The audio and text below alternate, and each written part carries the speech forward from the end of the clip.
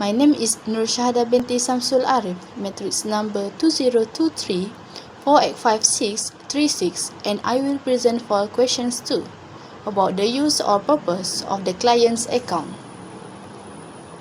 The client's account is compulsory account required under Rule 57 of the Valuers, Appraisers, Estate Agents and Property Manager Rules 1986 Act 242. It is used by valuers, estate agents and property managers to safeguard client monies. This account must be separate from the practitioner's personal or business account and used strictly for client-related transactions only. The main purpose of the client's account is to protect client funds. Any money received from clients, such as property deposits, rental collections, or advance payments, must be deposited into this account immediately. For example, if a property manager collects Rm5,000 monthly rent on behalf of a landlord, the amount must be placed in the client's account and not used for office expenses. This ensures the money remains safe and available to the rightful owner.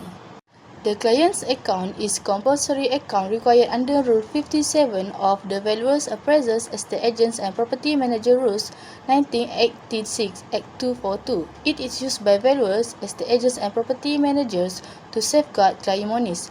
This account must be separate from the practitioner's personal or business account and used strictly for client-related transactions only. The main purpose of the client's account is to protect client funds. Any money received from clients, such as property deposits, rental collections, or advance payments, must be deposited into this account immediately.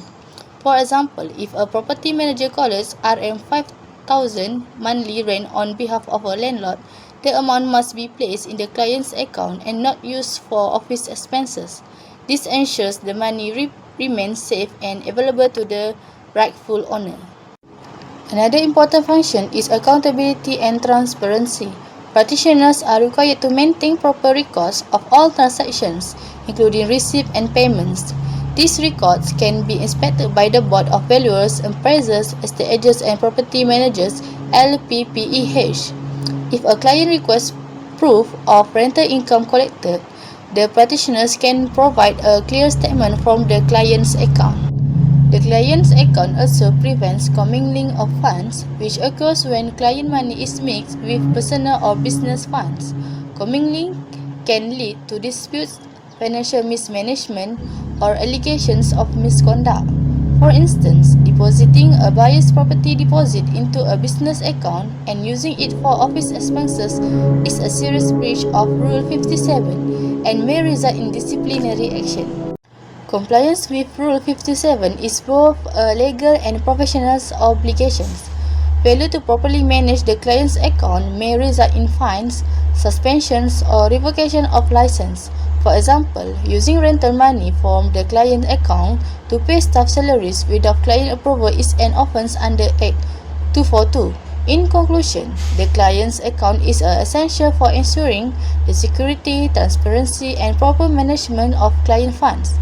By segregating clients' money, maintaining accurate records, and complying with Rule 57, practitioners protect themselves legally while building trust and confidence with their clients. Assalamualaikum and hi everyone. Next slide, I will continue about misconduct and ethics for registered valuers and appraisers under Part 4 of Act 242. Misconduct refers to unprofessional, careless, unethical, or illegal behavior by a registered valuer or appraiser that violates the rules or standards of the profession. It can harm clients, institutions, or the reputation of the profession. Next, ethics refers to the moral principles and standards of conduct that guide valuers and appraisers to act professionally, honestly, and in the public interest. Next slide is about types of misconduct. First is professional negligence. It is always happens when profession preparing a valuation report without properly inspecting the property or analyzing market data. Second is conflict of interest. Conflict of interest like valuing a property owned by a relative without disclosure. Third is dishonesty or fraud. Dishonesty or fraud refers to any deliberate act by a valuer to misrepresent facts, figures, or professional opinions for personal gain or to benefit a third party. This includes intentionally inflating or deflating property values to satisfy clients, lenders, or developers. Example of dishonesty or fraud is inflating property values or manipulating data. Fourth is breach of confidentiality. It occurs when a valuer discloses or uses client information without proper authorization. Confidential information may include property transaction details, valuation, figures, development proposals, financial data, or personal information about clients. The last one is unethical behavior harming the profession. It includes practice such as paying or receiving bribes, commission, or kickbacks to secure valuation instruction or influence outcomes. Engaging in corrupt practice not only damage the credibility of the individual valuer but also tarnishes the image of the valuation profession as a whole. Next is types of ethics. First is independence and objectivity. That means the valuer must give an unbiased opinion without influence from clients or personal interests. For example, like refusing to increase a property value just to meet a bank's loan requirement. Second is integrity and honesty. The valuer must be truthful and not manipulate data or facts. For example, using actual market comparable instead of fake or selective data. Third is confidentiality. Valuers must not disclose valuation details, financial information, or client data to third parties without proper consent or legal requirement, which is the valuer must maintaining confidentiality demonstrates professionalism and respect for clients and help preserve trust in the valuer-client relationship. For example, the valuer must not sharing a client valuation report with another party. Fourth is professional competence and diligence. It is required valuer to possess the necessary knowledge, skills, and experience to perform valuation assignments properly. For example, is conducting proper site inspection and market analysis before reporting. The last one is public interest. Public interest means that valuer must place the interest of the public above personal or client interest. Valuation reports often affect major financial decisions, taxations, lending, and development planning. For example, is providing an accurate valuation for taxation to avoid public loss. That's all from me. Next, I will pass to the next presenter. Hi, Assalamualaikum and good morning to our respected lecturer, Dr. Hafizah. My name is Nurul Faiza binti Muhammad Rasli and now I will be discussing and presenting to you the importance of professional indemnity insurance, or we call it as PII, for registered valuation firms in Malaysia. Professional indemnity insurance function as a foundational risk management tool. It protects valuation firms from financial exposure arising from professional negligence, error or omission, ensuring firm can continue operating even when faced with potential litigation or So firstly, PII offer financial and legal protection. This includes coverage for settlement payments, compensation awards, and legal defense costs resulting from claims of professional negligence. For example, if a property is undervalued and the client suffers financial losses, they may seek compensation from the firm without PII. The firm would have to cover these costs from its own reserve, which could threaten its financial stability or even lead to the closure. Okay, second is about professional reputation and market confidence. PII is not just about money, it's also safeguard a firm's reputation. Having adequate insurance demonstrate accountability, professionalism, and ethical practice which build trust with client, regulators, and industry partners. In competitive market, reputation is key to acquiring and retaining clients. PII ensure that firms maintain credibility and long-term relationship.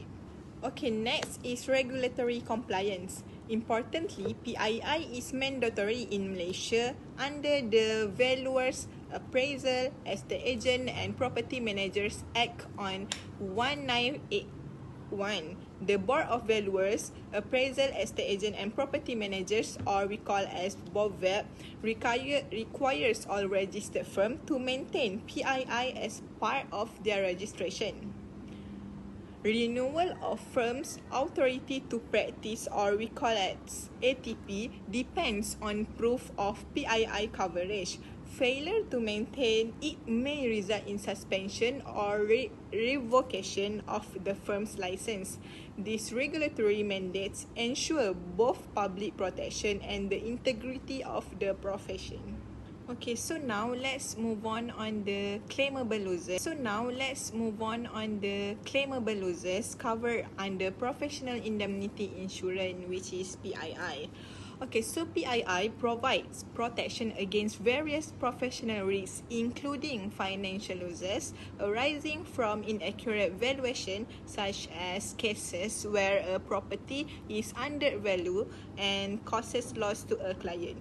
It also cover legal expenses and settlement costs incurred when defending negligence claim, as well as mispresentation or failure to disclose material information that affect property value. In addition, PII extend coverage to losses caused by employee misconduct, including unauthorized or fraudulent action, and loss or damage to document and data, such as valuation report or market research material. By covering these risks, PII helps valuation firms remain financially protected while maintaining professional credibility and client confidence. Okay, now with that, I will now conclude my presentation. In conclusion, professional indemnity insurance is an essential safeguard for Malaysian valuation firm. It provides financial protection, preserve professional reputation, ensure regulatory compliance, and enable firms to operate with confidence while delivering reliable valuation service. Okay, so that's all from me. Thank you for your attention. We move on to the next presenter. Thank you. Okay, now with that, I will now conclude my presentation. In conclusion, professional indemnity insurance is an essential safeguard for Malaysian valuation firm.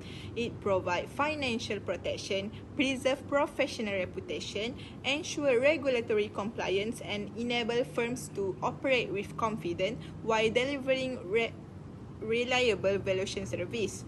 Okay, so that's all from me. Thank you for your attention. We move on to the next presenter. Thank you.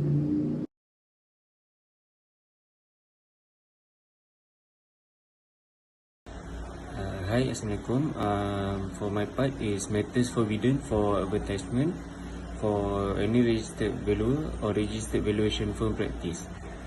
First is inaccurate or misleading statement of fact. According to Section 111, 1A, advertisement must not include any statement that are factually incorrect or could deceive the audience, as this undermine trust in the profession. Valuers and firms are required to ensure all claims are verifiable and truthful to avoid misleading potential clients about services, qualification or outcomes. For example, a valuation firm advertise, we guarantee property valuation 20% higher than market average in Kuala Lumpur. This is forbidden because it presents as unprovable or potentially misleading fact about valuation outcomes. which could deceive clients into expecting inflated results that are guaranteed by professional standard. Okay, second is explicit solicitation of instruction.